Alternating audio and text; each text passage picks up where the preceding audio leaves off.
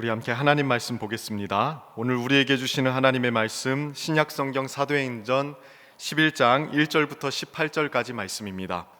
함께 찾으셨으면 저와 여러분이 한 절씩 교독하도록 하겠습니다. 제가 먼저 1절부터 읽겠습니다.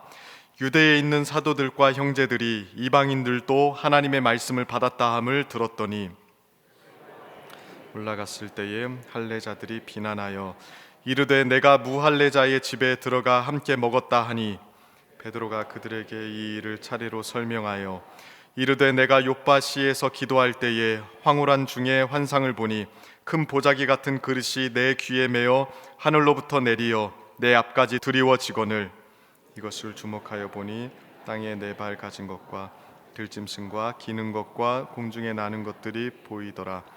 또 들으니 소리 있어 내게 이르되 베드로야 일어나 잡아먹으라 하거늘 없나이다. 속되거나 깨끗하지 아니한 것은 결코 내 입에 들어간 일이 없나이다 하니 또 하늘로부터 두 번째 소리 있어 내게 이르되 하나님이 깨끗하게 하신 것을 내가 속되다고 하지 말라 하더라. 이런 일이 세 번 있은 후에 모든 것이 다시 하늘로 끌어올라 가더라. 마침 세 사람이 내가 유숙한 집에 서 있으니 가이사랴에서 내게 보낸 사람이라. 성령이 내게 명하사 아무 의심 말고 함께 가라 하시매 이 여섯 형제도 나와 함께 가서 그 사람의 집에 들어가니 그가 우리에게 말하기를 천사가 내 집에 서서 말하되 내가 사람을 요바에 보내어 베드로라 하는 시몬을 청하라.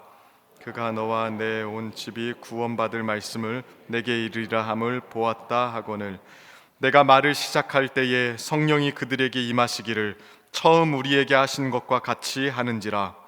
내가 주의 말씀에 요한은 물로 세례를 베풀었으나 너희는 성령으로 세례를 받으리라 하신 것이 생각났노라. 그런즉 하나님이 우리가 주 예수 그리스도를 믿을 때에 주신 것과 같은 선물을 그들에게도 주셨으니 내가 누구이기에 하나님을 능히 맡겠느냐 하더라. 그들이 이 말을 듣고 잠잠하여 하나님께 영광을 돌려 이르되 그러면 하나님께서 이방인에게도 생명 얻는 회개를 주셨도다 하니라. 아멘. 여러분, 우리 인간은 참 약합니다. 병도 잘 걸리고 그리고 예방 주사를 맞아도 독감 같은 경우는 맞아도 걸리기도 하고 안 맞아도 걸리기도 하고 한 번 지나고 나면 그 다음엔 괜찮을 것 같은데 또 걸리고 하는 것이 우리 인생입니다. 지금 우리가 사도행전을 보면서 가장 영광스러운 부분을 지나가고 있습니다. 이방인을 향한 구원이 열렸습니다. 그런데 이 이방인을 향한 구원이 열리는 이 순간에 우리 하나님께서는 오늘 본문을 통하여 우리에게 예방주사와 같은 그런 말씀을 하나 주십니다. 그것이 무엇이냐면 우리 인생에 있어서 아무리 영광스러운 일이 있다 할지라도 우리가 홍역처럼 혹은 감기처럼 혹은 대상포진처럼 우리 삶에 지나가는 영적인 질병이 있는데 이 부분에 대하여 우리에게 알려주시는 것입니다. 그것이 뭐냐면 바로 자기의라고 하는 것입니다. 한번 따라해 보겠습니다. 자기의. 여러분, 지금 베드로를 통해서 이방인의 구원의 역사가 일어났습니다. 이 소문이 퍼지기 시작했습니다. 그러면 이것에 대하여 어떤 소문이 나야 될까요? 정말 놀랍다. 하나님이 위대한 일을 하셨구나. 이런 소문이 나야 될 텐데 오늘 본문은 뜻밖의 그런 소문이 아닙니다. 우리 1절 말씀을 보실까요? 유대에 있는 사도들과 형제들이 이방인들도 하나님의 말씀을 받았다함을 들었습니다. 그런데 어떤 소문이 나냐면 베드로가 예루살렘에 올라갔을 때에 할례자들이 비난하는 일이 생겼습니다. 여러분, 할례자가 누구입니까? 할례자는 할례를 받은 사람들, 즉 유대인들을 이야기합니다. 특별히 오늘 본문에 나오는 할례자들은 유대인으로서 할례를 받고 자랐으며 그 가운데서도 특별히 예수님을 믿어 구원받은 사람들, 성령을 체험하고 그리고 예수 그리스도의 십자가의 은혜로 구원받은 초대교회 성도들을 말합니다. 근데 이 할례자들이 비난하기 시작한 거예요. 그것도 다른 사람이 아니라 베드로 수제자를 비난한 겁니다. 여러분, 무엇이라고 비난을 했습니까? 3절 보니까 이르되 네가 무할례자의 집에 들어가 함께 먹었다. 여러분, 무할례자는 할례를 받지 않은 사람들, 즉 이방인이라고 할 수 있습니다. 그러니까 유대인들에게 있어서는 그게 둘 중에 하나예요. 할례자, 무할례자. 할례자는 유대인이고, 그리고 무할례자는 이방인입니다. 그런데 지금 이 초대교회의 성도들, 유대에 흩어져 있는 성도들이 고넬료의 집에 하나님의 영이 임하시고 성령의 역사가 일어나고 세례를 받았다고 하는 이 놀라운 일을 접했는데, 궁금해야 될 일을 궁금해하지 않고 엉뚱한 일에 지금 관심을 갖고 있는 거예요. 하나님이 놀라운 일을 하셨구나. 도대체 몇 사람이나 구원을 받은 거야? 이방인들 가운데 어느 집안이야? 몇 명이 구원받았어? 하나님이 어떤 일을 하신 거야? 거기가 어디야? 자, 이런 일들. 그래서 성령께서 어떻게 역사하셨대? 이런 일들에 대하여 궁금한 게 아니라 무할례자, 말도 잘 안 나와요. 무할례자 집에 들어가서 밥을 같이 먹었다 이거예요. 그러니까 하나님이 놀라운 구원을 이루시고 지금 역사를 일으키시는데 너희가 율법을 어겼다 이거예요. 율법을 어겼다. 무할례자 집에 들어가서 베드로가, 그것도 다른 사람도 아닌 베드로가 율법을 어기고 유대인의 정결의식을 어기고 유대인의 전통을 어기고 무할례자 이방인의 집에 들어가서 함께 먹었다. 여러분, 지금 하나님은 지금 이방인을 구원하시기 위해서 모든 능력과 역사와 천사와 하나님의 일을 집중하고 계신데, 멀리 있던 이 성도들이 고작 한다는 것이 뭐냐 하면 율법을 어겼다 이 말이에요. 사랑하는 여러분, 예배가 없던 이방인들에게 예배가 생기고 구원이 없던 이방인들에게 구원이 시작됐는데, 지금 유대에 있던 성도들은 문제가 생겼다, 법을 어겼다, 율법을 어겼다, 이것으로 지금 비난하고 있는 거예요. 여러분, 할례를 받았다는 거, 이것도 선물 아니에요? 자격이 없는데 하나님이 아브라함을 부르시고 아브라함의 자손들에게 할례 받게 하시면서 하나님의 은혜가 계속 대를 이어진다고 하는 것, 아브라함만 약속의 후손이 아니라 아브라함의 모든 후손들도 모두가 다 하나님의 언약 백성이라고 하는 것을 은혜로 주신 거예요. 그런데 나는 할례 받았다, 나는 하나님의 법을 지켰다, 그리고 나는 이제까지 율법대로 이방인들과 가까이 하지 않았다, 이방인들 하나님 알지 못하는 사람들과 같이 식사하지 않았다, 이런 부분들을 가지고 여기에 집중하고 자기가 할례를 받았다고 하는 것, 할례 받은 자로서 지켜야 할 것을 잘 지켰다고 하는 것이 자기의 의가 돼서 하나님이 하시고자 하는 일을 하나님의 일로 인정하지 못하는 이런 불상사가 오늘 본문에 일어난 것입니다. 여러분, 그런데 이 베드로는 성령의 사람이었어요. 자기 자신도 이 이방인과 함께 식사하는 것이 얼마나 어려운 일이었는가 하는 것을 자기가 알았기 때문에 화를 내지 않고 분노하지 않고 아니 내가 지금 얼마나 수고했는데 라고 얘기하지 않고 이것을 아주 차근차근하게 이야기합니다. 4절부터 16절의 내용을 제가 간단하게 설명해드리면 이거 계속 반복된 이야기예요.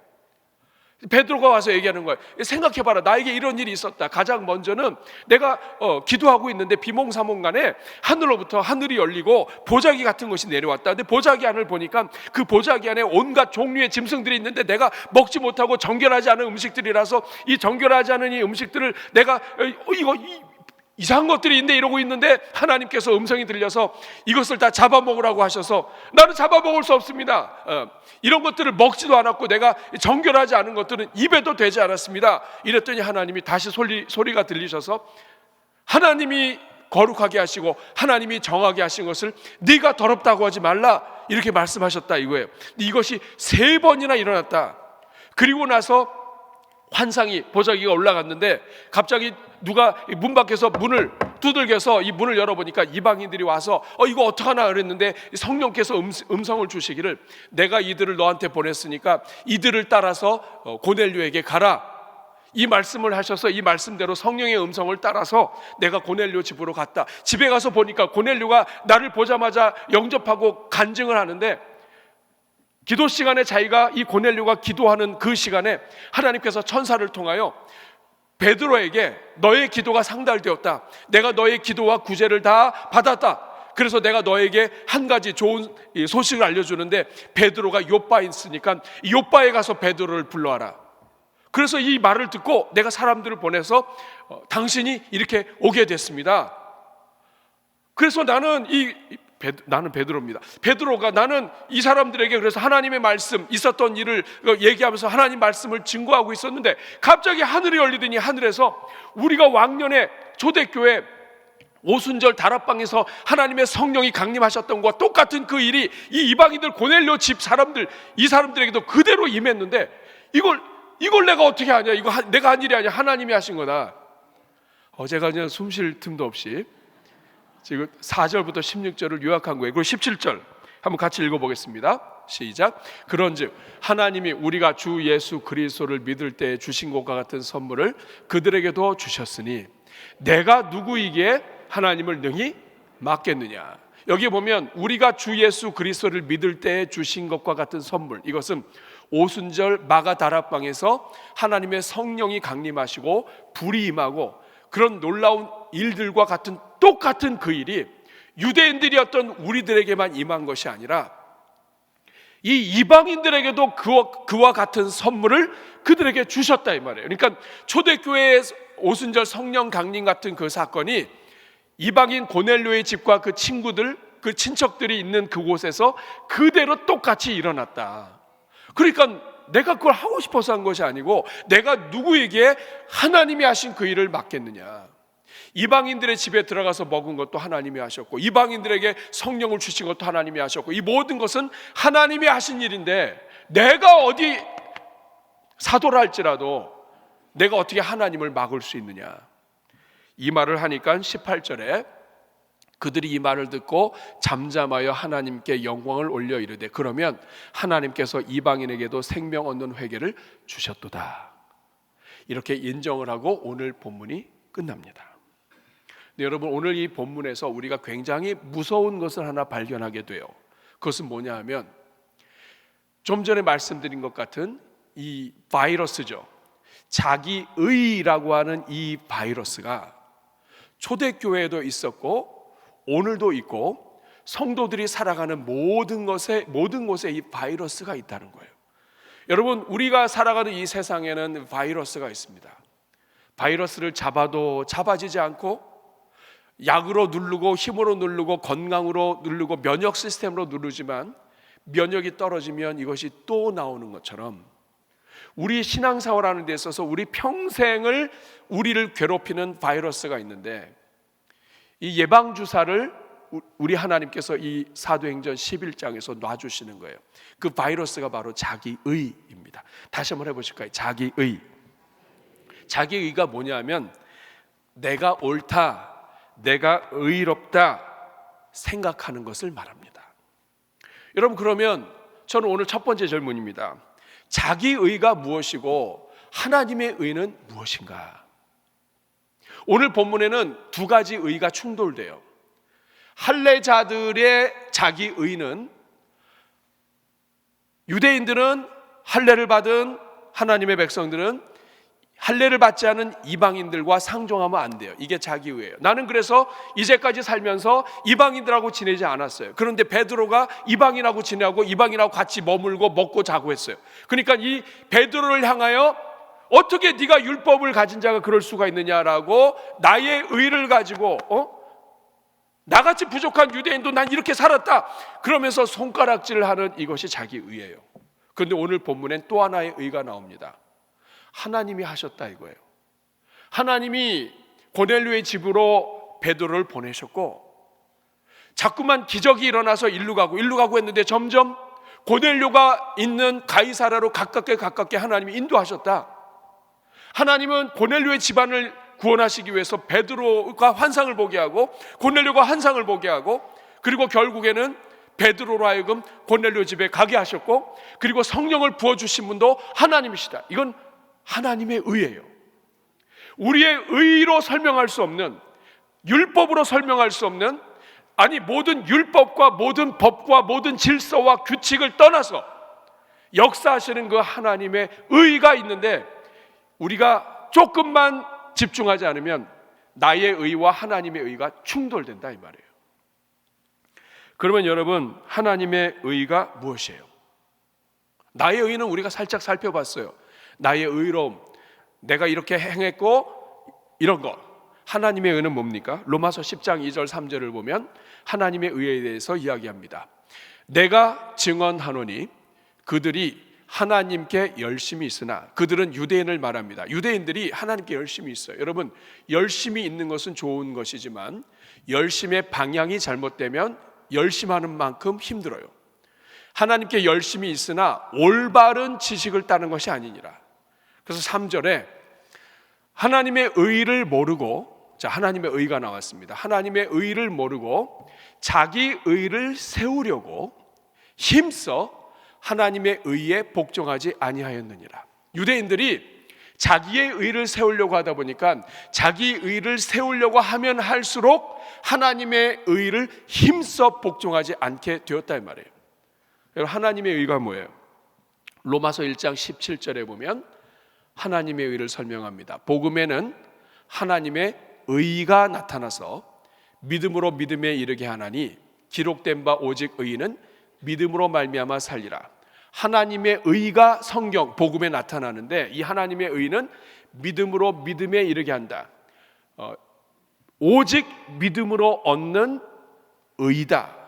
다시 말하면 이 하나님의 의는 죄가 없으신 하나님의 아들 독생자 예수 그리스도께서 십자가에 달려 죽으심으로써 그 피를 대신 흘려 그 우리의 모든 죄를 사하여 주신 하나님의 사건을 말합니다.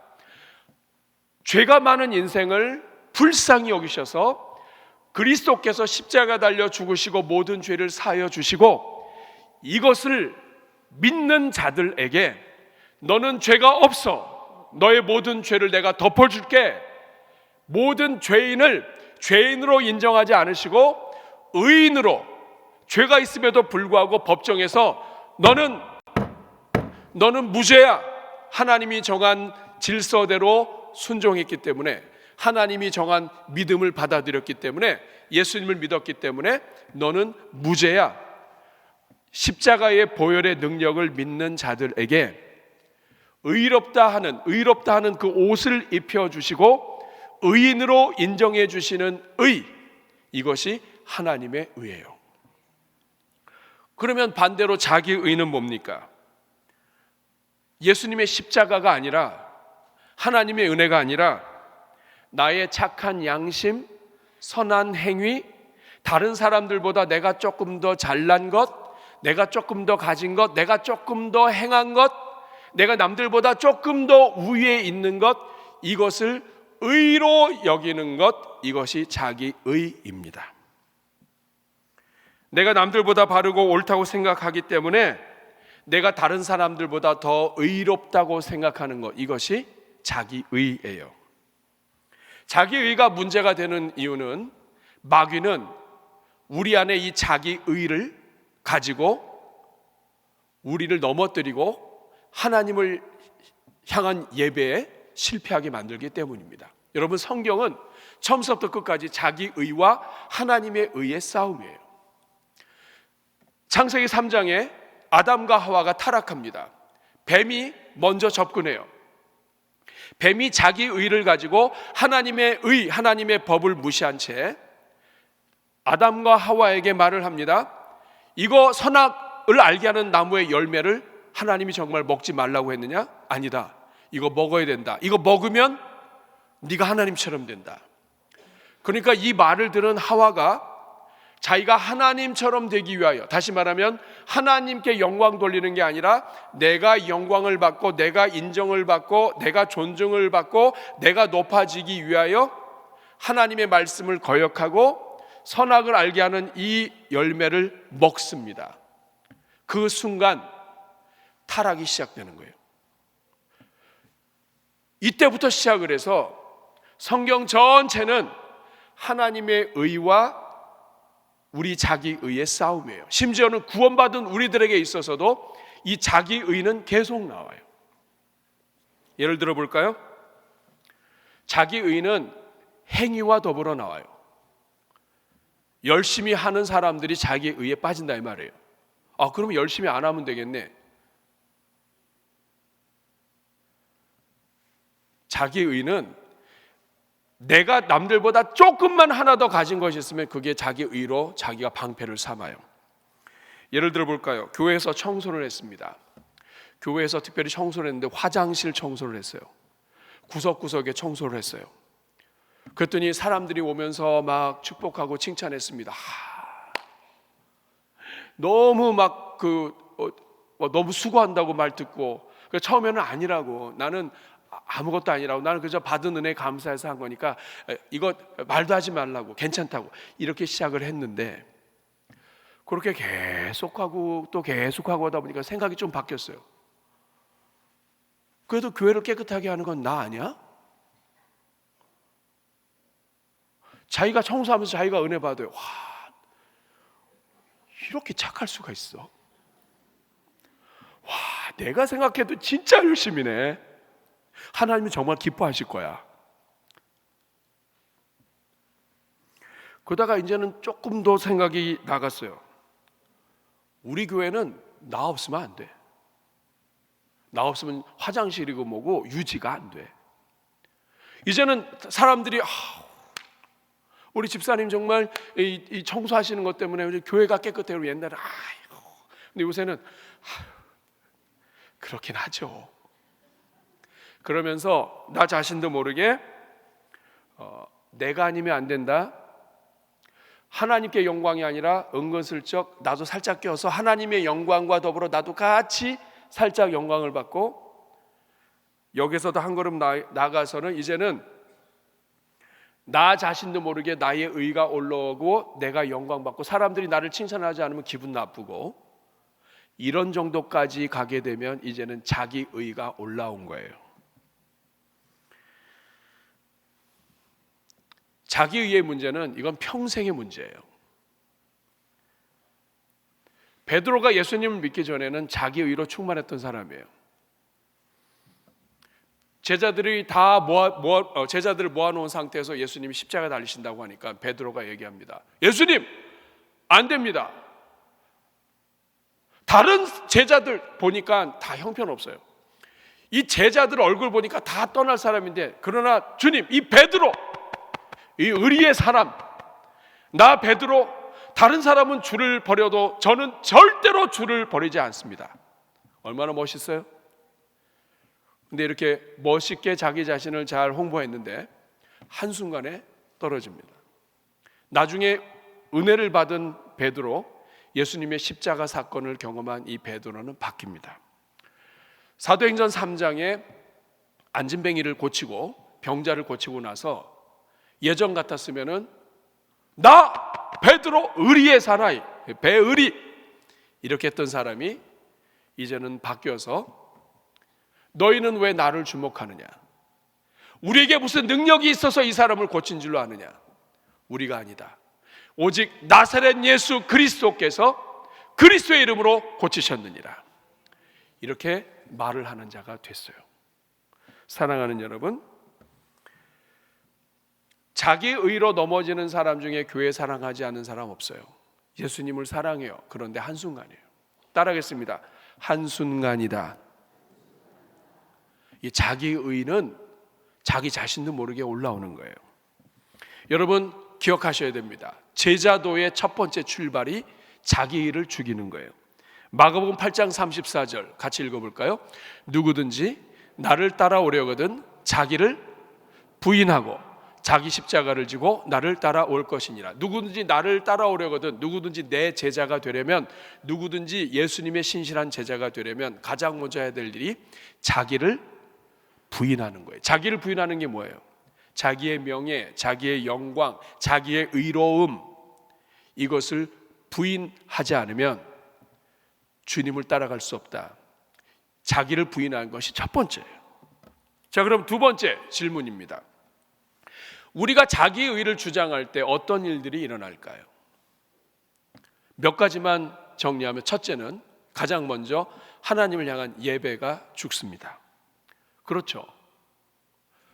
자기의 의가 일어나서 자기 자신을 드러내는 그 순간 하나님께 영광이 아니라 자기의 의로움, 자기의 생각, 자기의 판단의 의로움, 그리고 자기 자신의 명예, 자기 자신의 똑똑함이 드러나면서 하나님을 향한 예배가 아니라 자기를 향한 예배로 바뀌어버려요. 초대교회도 마찬가지입니다. 할례자들이 일어나서 베드로를 향해 이야기합니다. 어떻게 네가 할례자가 무할례자들과 함께 밥을 먹고 머물렀느냐? 하나님의 영광과 하나님의 은혜가 지금 지나가고 있는데 자기의 그 의 때문에 하나님을 향한 예배, 하나님을 향한 영광이 사라져 버린 거예요. 놀랍도다, 하나님이 어떻게 이런 일을 행하셨는가가 아니라 자기가 알고 있는 그 알량한 지식 때문에, 아니 어떻게 할례자가 무할례자와 함께 지낼 수가 있어? 비난을 하는 그 순간 하나님을 향한 예배가 죽어버리는 거예요. 누가복음 18장 9절에서 14절 보면 이 말씀을 아주 정확하게 이야기하고 있습니다. 예수님 말씀하셨습니다. 또 자기를 의롭다고 믿고, 자기를 의롭다고 믿고, 이 말은 자기 의가 있는 사람이에요. 자기를 의롭다, 나는 의롭다, 나는 남들보다 뛰어나다, 나는 보통이 아니다, 내가 누군데, 내가 의롭다고 믿고 다른 사람을 멸시하는 자들에게 예수님이 비유로 말씀하셨습니다. 두 사람이 기도하러 성전에 올라갔는데 하나는 바리새인이요 하나는 세리입니다. 바리새인은 서서 따로 기도했습니다. 사람들이 많이 보는 데서 자랑스럽게 서서 기도했습니다. 같이 서도 아니야, 나는 얘들하고 달라, 나는 따로 서서 기도하며 이르되, 하나님이여, 나는 다른 사람을 곧 토색, 불의, 간음, 다른 사람들은 것을 억지로 뺏은 적도 없고 불의, 간음 하는 자들과 같이 다니지도 않았고, 그리고 이 세리처럼 이렇게 하지 않았다. 벌써 이 자기 의가 있다 보니까 이 세리들을 비난하고 하는 문제가 생긴 거예요. 그러면서 이거를 내가 감사하나이다. 그 다음에 나는 일회에 2번씩 금식하고 일주일에 2번이나 금식하고 또 소득의 11조까지 드리나이다 하고, 이게 바리새인의 예배예요. 기도예요. 그런데 13절에 세리는 멀리 서서, 이 말은 뭐냐면 사람들 있는데 감히 가지도 못하고 구석에 멀리 떨어져 서서 감히 눈을 들어 하늘을 쳐다보지도 못하고 다만 가슴을 치며 말합니다. 하나님이여, 나를 불쌍히 여겨 주십시오. 나는 죄인입니다. 그리고 이렇게 자기 자신이 연약하고 죄라는 것을 하나님 앞에서 회개했는데 예수님이 이렇게 말씀하십니다. 내가 너에게 이르노니 이에 저 바리새인이 아니고 이 사람이 의롭다 하심을 받았다. 그의 집으로 내려가게 되었다. 무릇, 그 다음에 하시는 말씀이 이겁니다. 자기를 높이는 자는 낮아지고, 이 말은 자기를 높이고 자기 의가 올라가는 사람은 하나님이 낮추시고 그 사람의 예배를 받지 않고 그 사람의 의롭다함을 인정하지 않으시고, 자기를 낮추는 자는 하나님이 높여주신다.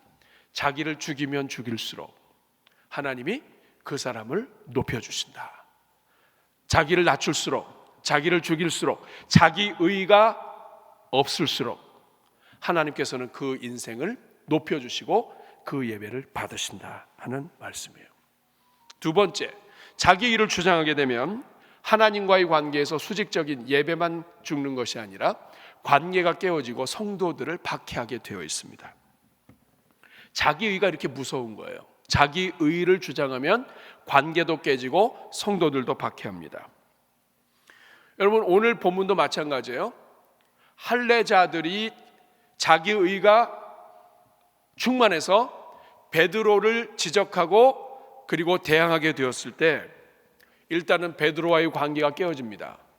그리고 비난을 했어요. 여러분, 박해는, 핍박은 무엇인가 주먹을 때리고 고통을 줘야만이 아니에요. 마음속에서부터 미워하는 마음, 그리고 남을 비난하고 정죄하는 마음, 이런 마음에서부터 이미 박해가 시작되는 거예요. 갈라디아서 4장 29절은 이것을 아주 잘 이야기합니다. 그러나 그때에 육체를 따라 난 자는 육신의 생각으로부터 지배를 받는 걸 이야기해요. 교회를 다니고 예수님을 믿어도 자기의가 나왔다, 이 말은 뭐냐면 육체를 따라 난 거예요. 나의 육체에 가진 것과 나의 육체의 행위와 내가 남들보다 뛰어난 이런 것들을 육체를 따라 내가 무엇인가를 가지게 되면 육체를 따라 난 자는 성령을 따라 난 자를 박해한다. 이것은 옛날부터 지금까지, 그리고 지금 이 순간에도 이제도 그러하도다.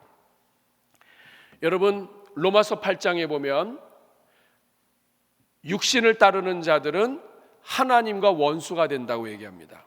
육신을 따르다 보면 성령을 따르는 것과 원수가 된다. 육신의 생각과 성령의 생각은 서로 원수다. 그러니까 내가 자기 의를 따라서 있게 되면 성령을 따르는 사람들을 핍박하고 미워하고 죽이게 되는 거예요. 실제로 그런가 볼까요? 내가 은혜를 받고 새벽 기도회를 시작을 했어요. 그래서 새벽 기도에 나가서 새벽마다 기도하고 하나님 끌어안고 웃고 울고, 그러다가 이제 남편이 교회를 안 다녀서 남편의 신발을 품에 안고, 그리고 교회 와서 신발을 끌어안고 기도, 하나님 이 신발의 주인이 예수님 믿게 하여 주옵소서. 이렇게 막 기도했어요. 그런데 한참 기도하고 정말 남을 위해서 기도하고 기도한 시간이 너무 좋았는데 이게 변질되고 자기의가 됐어요. 어느 순간에 주변을 둘러보니까 권사님이 기도를 안 하는 거야. 자기는 30분 1시간 기도를 하는데 그 기도를 안 해. 어떻게 이렇게 권사님이 기도를 안 해? 그러다가 애기 엄마가 남편이 교회를 안 다니는데도 불구하고 이렇게 신발을 안 갖고 왔어. 아니 어떻게 신발도 안 갖고 오고 기도를 하냐고. 그러면서 그 신발을 안 가지고 온 그 다른 엄마를 향해서, 남편이 교회를 다니지 않거나 자식이 교회를 다니지 않는 사람을 향해서, 그렇게 기도하니까 기도가 응답이 안 되지. 남들도 저분은 기도하시는 분, 처음에는 아니라고, 나는 새 발의 피라고 막 이렇게 하다가 어느 순간부터는 내가 기도하는 사람이야? 나 우습게 보지만 나 기도하는 사람이야? 아니 어떻게 신발도 안 갖고 기도를 해?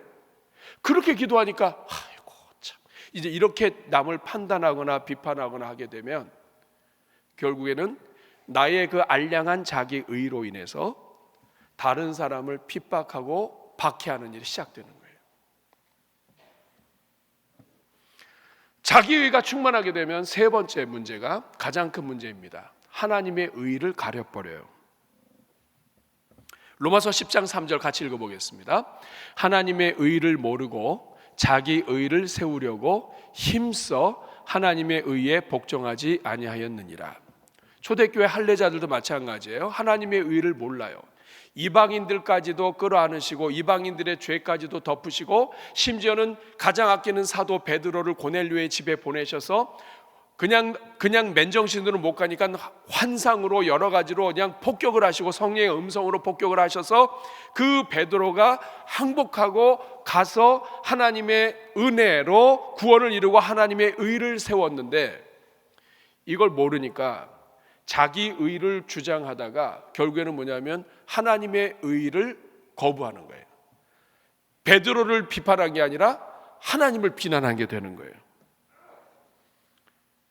로마서 3장 25절 26절을 보면 이 예수를 하나님이 그의 피로써 믿음으로 말미암는 화목제물로 세우셨으니 이는 하나님이 길이 참으시는 중에 전에 지은 죄를 간과하심으로, 사실은 지은 죄가 너무나 많은데도 불구하고 하나님이 그 전에 지은 죄를 간과하심으로, 하나님 어떤 분이냐, 우리의 그 과거에 엄청나게 많은 죄까지도 다 간과하심으로 없다고 여기시고 하나님의 의로움을 나타내심으로써 예수님의 십자가를 통하여 모든 율법의 마침이요 완성이요 예수님으로 충만하게 돼서 하나님이 하나님의 의로 모든 죄를 덮어버리시고 옛날의 모든 죄를 간과하시고 하나님이 살려주셨는데,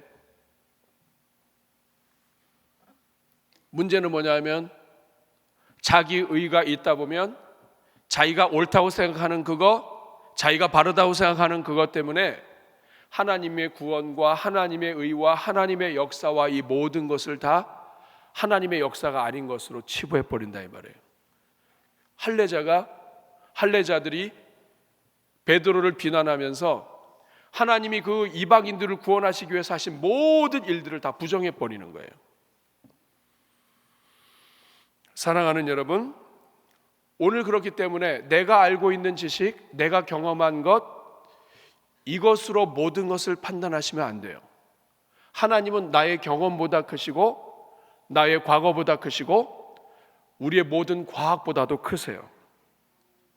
심지어는 우리의 과거의 모든 죄까지도 간과하시고 덮어버리시고 나 같은 죄인을 구원하신 것을 통해서 하나님의 의를 높이시는 거예요. 죄가 많은 것을 구원하면 구원할수록 하나님의 그 의는 더 큰 거예요.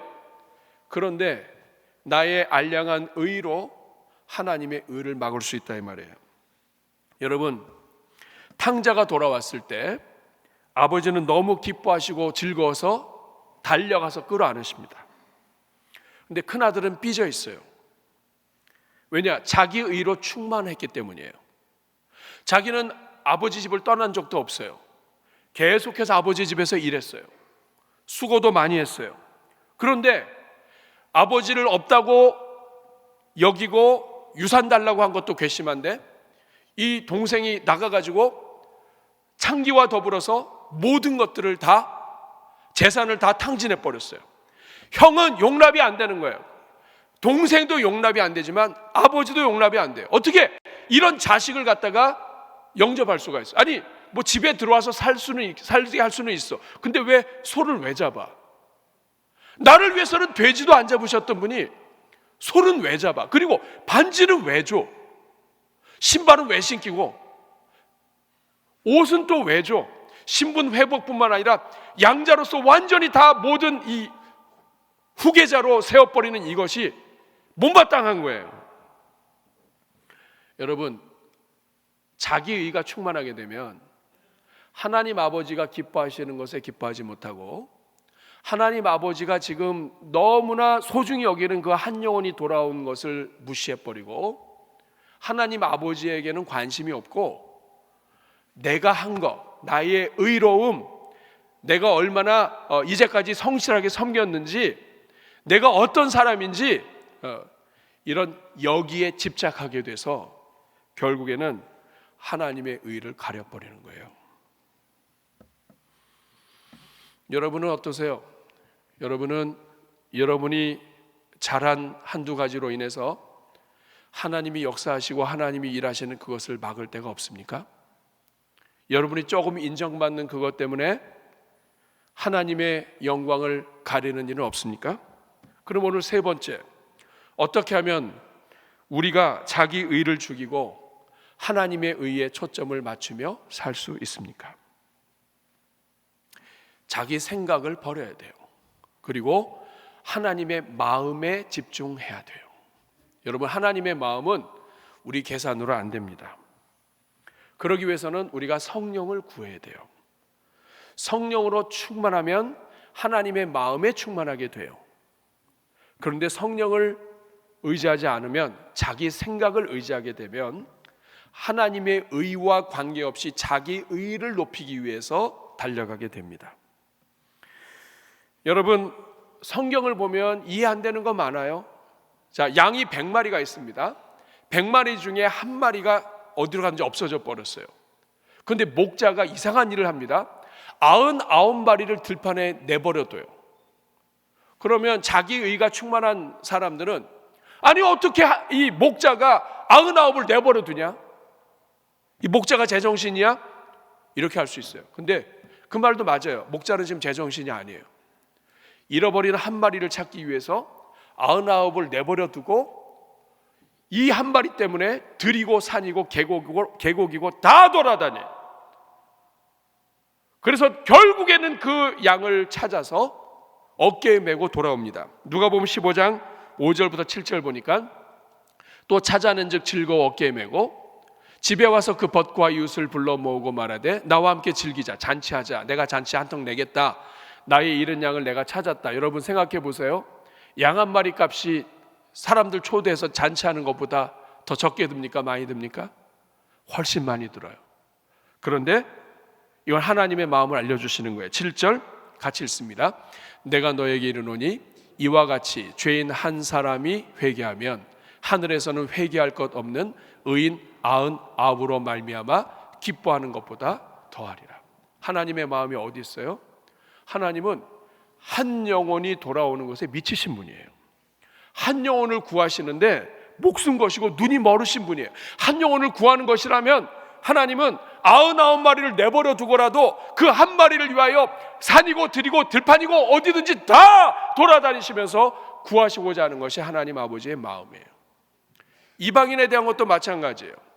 유대인들은 율법을 따지고 할례자들은 할례를 따졌는데 하나님은 그 이방인들을 구원하기 위해서 자기의 가장 아끼는 사도를 보내시고 그리고 환상을 동원하시고 천사를 동원하시고 그래서 결국에는 그 이방인 집안을 구원하시고자 하는 거 하나님의 마음이에요. 영혼을 구하는데 눈이 멀으신 것처럼 보이시는 이 하나님이, 이것 굉장히 그 신성 모독 같은 말이에요. 그러나 사랑하면 눈이 먼다고, 우리 하나님이 저와 여러분을 사랑하셔서 사랑의 눈이 멀으셔서 저와 여러분같이 쓰잘데기 없고 하나님의 나라에 도움되지 않고 순간순간마다 자기 의로 조금만 잘하면 내가 잘한 줄 알고 하나님의 의를 무시하는 이러한 범죄하고 연약한 자들을 하나님이 포기하지 않으시고 우리를 향한 사랑의 눈이 멀으셔서 독생자 예수 그리스도를 십자가에 못 박아 죽이시고 그 자기 아들과 저와 여러분을 교환하신 분이 하나님이세요. 여러분, 이분이 하나님이에요. 오늘 여러분들은 어디에 관심이 있으세요? 하나님의 의에 관심이 있으세요? 아니면 여러분의 의에 관심이 있으세요? 자기 의를 쥐는 그 순간 하나님의 역사가 소멸됩니다. 그런즉 너희는 먼저 그의 나라와 그의 의를 구하라. 그리하면 이 모든 것을 너희에게 더하시리라. 먼저 하나님의 의를 구하는 사람에게는 하나님이 모든 것을 주세요. 그러나 하나님의 의가 아니라 자기의 의, 자기 생각, 자기의 오르름, 자기의 주장, 자기의 자존심, 자기의 명예를 먼저 생각하는 자는 가진 것도 다 빼앗기게 돼 있어요. 하나님이 싫어하십니다. 한 가지만 말씀드리고 마칠게요. 감사 노트에 매일 운동하는 걸 체크해놨어요. 그러니까 저도 운동을 해야 됩니다. 틈나는 대로 공원에 가기도 하고 또 식사 후에 또 걷기도 하고 제가 이렇게 합니다. 근데 제가 공원에 갈 때마다 놀라는 게 있어요. 요새는 공원에 개가 많아요. 한 번은 유모차를 누가 끌고 와서 아이고 애가 얼마나 예쁜가 봤더니 개예요. 야, 정말 개가 존중받는 시대구나. 이방인을 개로 여겼는데 개가 존중받으면 나쁜 건 아니라고 생각해요. 네. 자, 그런데 제가 이 공원에서 오가는 개들을 보면서 두 종류가 있다는 걸 알았어요. 첫 번째 종류는 주인이 끌고 걸어가는 대로 따라가는 개입니다. 주인이 가면 같이 가고 주인이 멈추면 그 자리에 멈춰서 이렇게 하면서 이렇게 쳐다보고 주인 따라가는 개. 또 다른 개가 하나 있어요. 또 하나의 종류의 개는 주인이 가는 거에 관계없이 지가 먼저 가는 개예요. 주인은 가만히 있는데 막 저쪽으로 달려가면서 막 이렇게 하고 그다음 또 누가 지나가면 막 짖고 그리고 막 달려가. 그러면 이제 주인이 어허 이렇게 하면서 이렇게 줄을 딱 잡아당기면 목이 탁 채가지고 그런데도 계속 가려고 그래. 계속. 결국에 주인이 어떻게 합니까? 엉뚱한 데로 자꾸 가는 애를 갖다 끝까지 잡아가지고 끌고 가. 그러니까 어떤 개는 끌려서 발이 다 끌려서 가. 여러분, 이게 남의 이야기인가요? 하나님의 의에 순종하지 않고 자기 의로 가게 되면 고생입니다. 끌려가는 거예요. 저는 여러분 남은 삶 동안 하나님의 의를 따라가시길 바라고 여러분이 가지고 있는 작은 지식, 작은 경험, 여러분이 옳다고 생각하는 것, 이것이 예배와 복음을 막으면 큰일 나는 거예요. 여러분이 옳다고 생각하는 그 어떤 것도 하나님을 향한 예배와 하나님을 향한 헌신과 영혼을 구원하는 일을 막아서는 안 돼요. 우리가 교회 안에서 분쟁이나 싸움이나 갈등이나 이런 것들을 조심하는 이유는 이런 것들을 통해서 결국에는 복음 전파가 막히기 때문에 그래요. 하나님은 지금 두 눈을 부릅뜨시고 지금 이 순간에도 한 영혼을 구원하시기 위해서 몸부림치시며 하나님의 일꾼들을 보내시는데, 오늘 우리가 알량하게 알고 있는 한두 가지로 복음의 역사가 막히게 되면 이것만큼 하나님 앞에 큰 죄가 없습니다. 사랑하는 여러분, 저는 여러분들의 평생 사는 동안에 여러분을 통하여 주변에 있는 영혼들이 살아나기를 축복합니다. 이것 때문에 이러한 일들을 돕기 위해서 이번 주에 고구마 전도학교가 열립니다. 한 영혼에 집중하시고 한 영혼을 살리시는 그 하나님의 사랑, 화요일, 수요일 열립니다. 아무쪼록 많이 참여하셔서 지금 이 순간에도 한 영혼을 살리시기 원하시는 하나님의 마음을 배우시기를 원하고, 여러분 평생 사는 동안에 여러분의 자기 의가 아니라 영혼을 살리시고 영혼을 세우시는 하나님의 의, 우리의 모든 과거의 죄까지도 다 덮으시고 간과하시고 십자가 안에서 우리를 세우시기 원하시는 그 하나님의 의가 여러분의 삶에 가득하게 되기를 축복합니다. 우리 가슴에 손을 꼭 기도하겠습니다. 하나님 아버지, 우리가 얼마나 큰 죄인인지 주님 아십니다. 우리 중에 하나님의 의로부터 자유로운 사람이 하나도 없습니다. 예루살렘과 유대에 있던 사도들과 제자들 또한 율법을 초월하시고 유대인들을 초월하셔서 복음을 전하게 하시고 구원을 이루시는 하나님을 바로 알지 못해서 하나님의 의를 막았을 때가 있었습니다. 오늘 이 자리에 있는 주의 종들 평생 사는 동안 하나님의 마음을 알고 성령으로 충만하여 하나님을 대적하는 것이 아니라 하나님의 영혼 구원에 함께 보조를 맞추며 달려가는 주의 종들 다 되게 하여 주옵소서. 예수님의 이름으로 축복하며 기도하옵나이다.